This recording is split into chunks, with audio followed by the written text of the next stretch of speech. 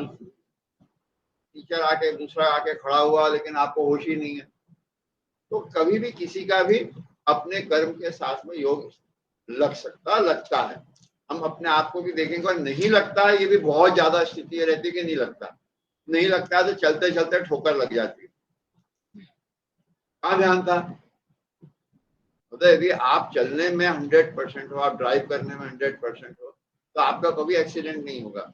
लेकिन छोटे एक्सीडेंट हमारे घर से लेकर सड़क से लेकर कहीं भी होते रहते हैं।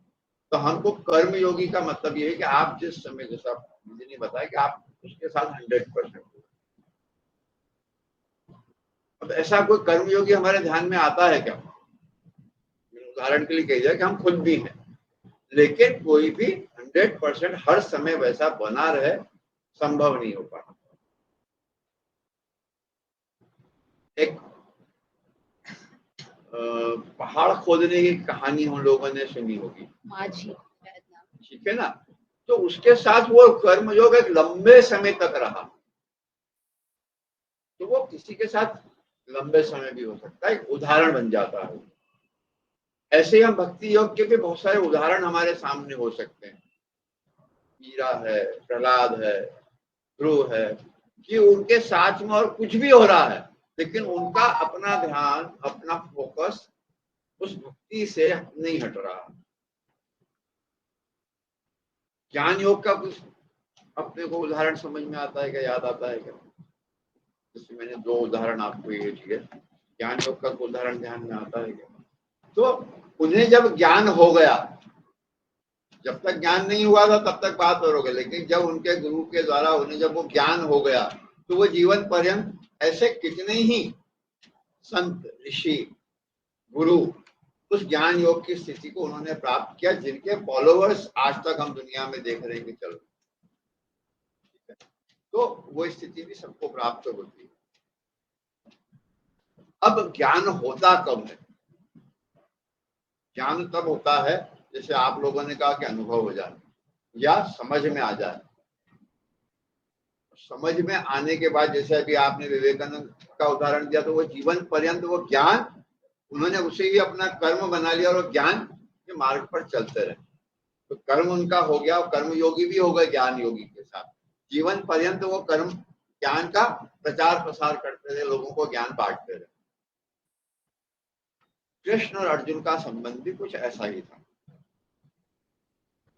कृष्ण ज्ञानी थे, अर्जुन ज्ञानी था क्या?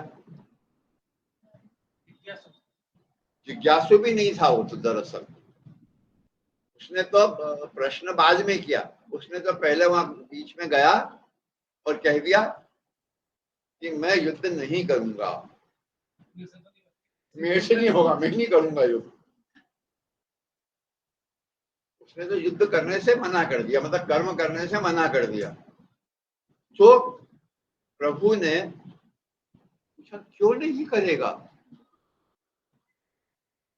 प्रभु ने आगे सरेंडर कर दिया, उसके आगे जिज्ञासा ले आया कि मुझे ज्ञान दे। वो ज्ञानी थे, परम ज्ञानी थे, उन्हें पता चल गई थी कि इसकी स्थिति क्या है, पर वो सामने उसके सरेंडर कर दिया उन्होंने, क्यों युद्ध नहीं करेगा? फिर जब उसने बताया क्यों युद्ध नहीं करेगा, तो फिर काउंटर क्वेश्चन करना शुरू किया और धीरे धीरे उसको जिज्ञासु बनाते गए। जब काउंटर क्वेश्चन किए तो उसके अंदर काउंटर जवाब देते देते पता चला क्या, उसने बोला अब आप ही बताओ क्या करूं, मेरे को तो नहीं समझ में आ रहा। मतलब नहीं करते करते वो उस स्टेट तक ले आए कि मुझे नहीं समझ में आ रहा, आप बताओ। मतलब वो समझ गए कि ये लीलाएं कर रहे हैं मेरे साथ, ठीक है, अब आप बताओ। वहां से उनकी जिज्ञासाएं प्रारंभ हुई और जब तक उनकी जिज्ञासाएं पूर्ण नहीं हुई, 18 अध्याय, तब तक वह अपनी जिज्ञासाओं का खेल चलता रहा, कम्युनिकेशन चलता रहा। जब उनकी पूरी जिज्ञासाएं शांत हो गई, तब उन्हें ज्ञान हो गया कि मैं कौन हूं, क्षत्रिय हूं, मेरा धर्म है युद्ध करना। ज्ञान हो गया, अब वो मेरा धर्म है युद्ध करना। जो हम बार बार बीच में कह चुके हैं कि हमारा क्या धर्म है, हमें खोजना है, उसे ज्ञान हो गया कि युद्ध करना, वो युद्ध करने के लिए तैयार हो गया। ऐसा लग रहा है कि आपका परसेप्शन कुछ और है। आपको क्या लगता है कि कृष्ण ने जिज्ञासु बनाया कि वो जिज्ञासु था पहले से ही? हाँ, जैसे टीचर करता है, थोड़ा हेल्प करके गढ़ के उसको जिज्ञासु बनाया। मतलब जिज्ञासु बनाया ना, ऐसा लग रहा है ना, हमें देख के समझ में आ रहा है। किसी को ऐसा नहीं लग रहा, ऐसा भी कोई है क्या?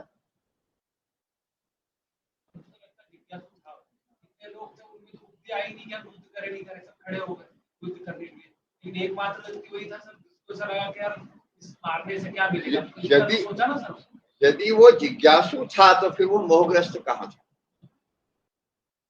कई बार सर जिज्ञासा इतनी छोटी होती है तो मोह काट नहीं पाती। हर किस कोई जिज्ञासु होता है, लेकिन उस पल जब वो युद्ध के बीच में गया तो जिज्ञासा तो सबके अंदर है, लेकिन उसको जगाना पड़ती है ना। जैसे इन्होंने कहा उसको हेल्प की जिज्ञासा जगाई, लेकिन उस पल वह जिज्ञासु था कि मोहग्रस्त था। उस पल तो उसके अंदर जिज्ञासा नहीं थी, नहीं मेरे को नहीं करना, उसका डिक्लेयर कर दिया था कि मेरे को नहीं करना, छोड़ दिया, मेरे को युद्ध नहीं करना, उसने सरेंडर कर दिया, लेकिन नहीं करना। तो वो उसको जगाया, ऐसा मुझे लगता है। अब आपका परसेप्शन क्या है कि ये सही है कि गलत है? हाँ, और उसकी जिज्ञासा उन्होंने जगाई, ऐसा सबको लग रहा है, सबको लग रहा है। तो मेरा तो प्रश्न था, और आप सब कह रहे हो कि हाँ ऐसा ही था, इसका क्या मतलब हुआ? इसका क्या मतलब हुआ कि ज्ञान हम सबके अंदर है। मैंने आपकी उस जिज्ञासा से कि क्या हुआ क्या हुआ, मैंने कुछ अपने कॉन्सेप्ट दिए, परसेप्शन दिए, और जब भी जिज्ञासा है कि क्या हुआ, ऐसा हुआ होगा क्या, मुझे तो ऐसा लग रहा, आपको भी ऐसा लग रहा है क्या? हाँ, यही सही है, यही सही है। तो यही सही है कहां से आया? हमारे भीतर से आया। जब तक उसके भीतर से नहीं आया था, अर्जुन के भीतर से कि हाँ ये सही है, तब तक वो राजी नहीं हुआ। तो हम सबके भीतर कृष्ण हैं, हम सबके भीतर ज्ञान है, ज्ञान बाहर नहीं है, सब कुछ हमारे भीतर है। बस वहां तक पहुंचने की यात्रा करना है। और जैसे मैंने कहा कि कर्म योगी होते हैं, ऐसे ही हम ज्ञानी योगी भी हो सकते हैं। जैसे बार बार मैं रोज कह रहा हूं, रोज पढ़ा रहा हूं कि तुम जानो कि तुम कौन हो, जानना है कि तुम कौन हो। गीता में उन्होंने बता दिया कि तुम आत्मा हो, इन्होंने कह दिया तुम आत्मा हो, वेद में कह दिया तुम आत्मा हो, तुम भगवान हो। अब अनुभव होना चाहिए, इसीलिए वहां ज्ञान के मार्ग पर नेति नेति भी कहा। अनुभव कैसे होगा कि मैं ये नहीं, मैं ये नहीं, मैं ये नहीं, कह दिया ये है, आप उसे स्वीकार कर लेने से भी ज्ञान हो जाता है। जैसे श्रवण किया, मनन किया, तो मनन किया में आपको, यदि मनन में आपके आ जाता है कि अच्छा मैं आत्मा हूं, फिर क्या मैं मनुष्य नहीं हूं क्या? क्योंकि उन्होंने कहा कि मनुष्य कहूं तो ईश निंदा कर रहा हूं, तो मैं मनुष्य नहीं हूं क्या, मैं आत्मा हूं। अब आप चिंतन करना शुरू कर दें, श्रवण किया, अब आप चिंतन कर रहे हैं। चिंतन करने के बाद यदि जो मैंने कहा कि मैं नहीं हूं क्या, चिंतन करने के बाद आपको हो सकता है कि हालांकि यार, क्योंकि मनुष्य का तो शरीर है, मैं मनुष्य हूं, तो मैं उसे नीति नीति की दिशा में लेके जा रहा हूं। ये क्या है, किसका है, किसका है, मेरा है। ये क्या है, किसका है, ये क्या है, किसकी है, ये क्या है, किसका है। अब ये मैं हूं क्या, ये मैं हूं क्या, ये मैं हूं क्या, ये मैं हूं क्या? तो जो मेरा है वो मैं हूं क्या, जो मेरा है वो मैं हूं क्या? ये क्या है? शरीर किसका है? मेरा है। तो मैं हूं क्या? यह। तो जब हम नेति नेति करते कि ये मैं नहीं, ये मैं नहीं, तब हम उस दिशा में आगे बढ़ते। जब तक इसमें आत्मा है तब तक ये मेरा है, ये मैं नहीं हूं, ये मेरा है, जो मेरा है वो मैं नहीं हूं। तो मतलब मैं तो कुछ और हूं। जब उसकी खोज शुरू करेंगे तो समझ में आएगा, अच्छा। तो यहां से जिज्ञासा यदि हम उस दिशा में लेके जाते हैं कि मैं हूं कौन, ये हूं क्या, नहीं यार नहीं, तो फिर हम उस रियलाइजेशन के स्टेट तक जाते हैं कि ये भी नहीं हूं, ये भी नहीं हूं, ये भी नहीं हूं, तो फिर क्या हूं? कुछ तो हूं, जो वो कुछ हूं, शायद उसे ही आत्मा कहते हो। क्योंकि उसका कोई स्वरूप है क्या जो मैं हूं? अभी हमने स्वरूप की बात की, शरीर का स्वरूप है। अरे मन का भी कोई स्वरूप नहीं है, बुद्धि का भी, दिमाग का भी कोई स्वरूप नहीं है, उसका भी स्वरूप नहीं है, और उसे भी हम देख रहे हैं, उससे भी हम अनुभव कर रहे हैं। तो वो जब उसका शरीर नहीं है, उसका स्वरूप नहीं है, तो आत्मा को भी उसी रूप में हो सकता है। इसे ही आत्मा कहते होंगे जिसका कोई स्वरूप नहीं है। इसलिए वेदों में उसमें आत्मा का ओके, इतना मान लेने में क्या दिक्कत नहीं हो। तो फिर क्या हूं, उसको क्या नाम दूं, उसे क्या नाम दूं? जो मन भी नहीं है, जो बुद्धि भी नहीं है, जो शरीर भी नहीं है, पर है तो सही, जिसका ये सब कुछ है, उसे क्या नाम दूं?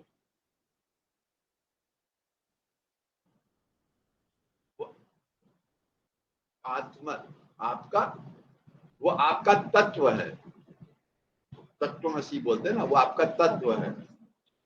तो वो इस तरीके से उसका आत्मा नाम पड़ा।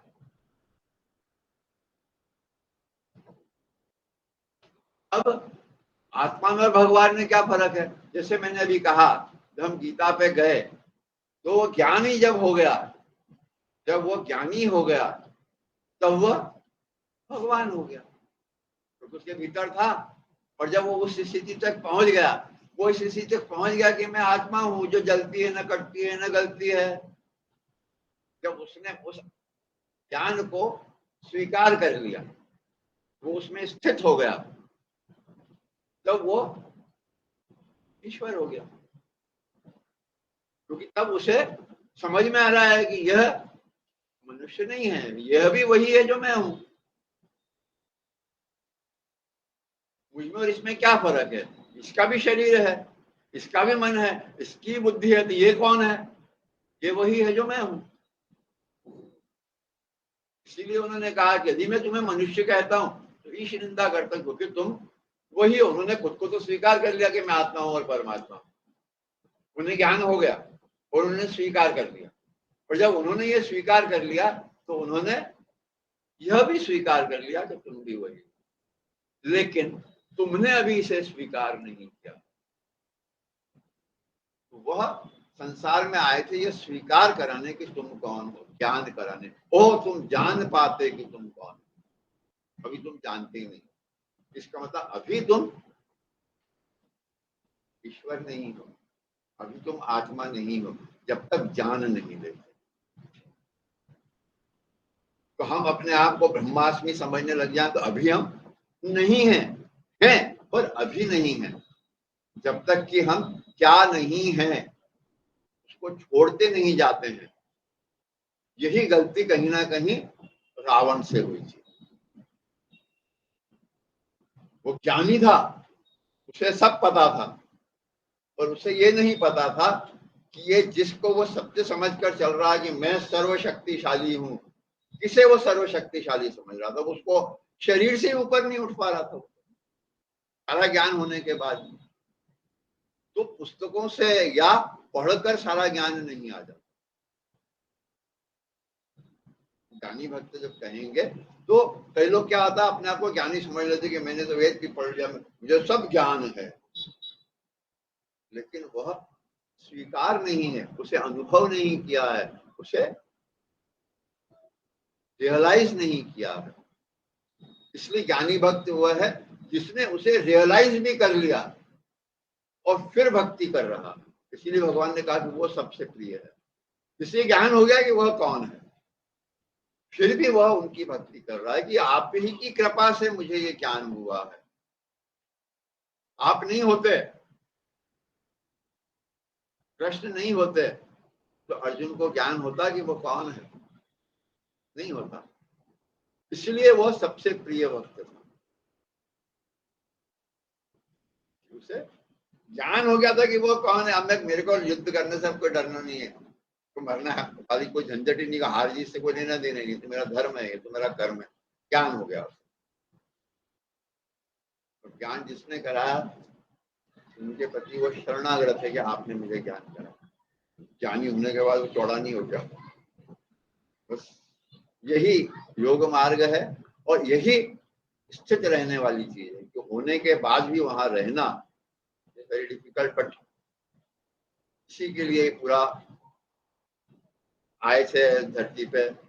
कभी आदि योगी आए थे, फिर कभी कृष्ण आए थे, फिर कभी पतंजलि आए थे, कभी विवेकानंद आए थे, ऐसे कई गुरु आए।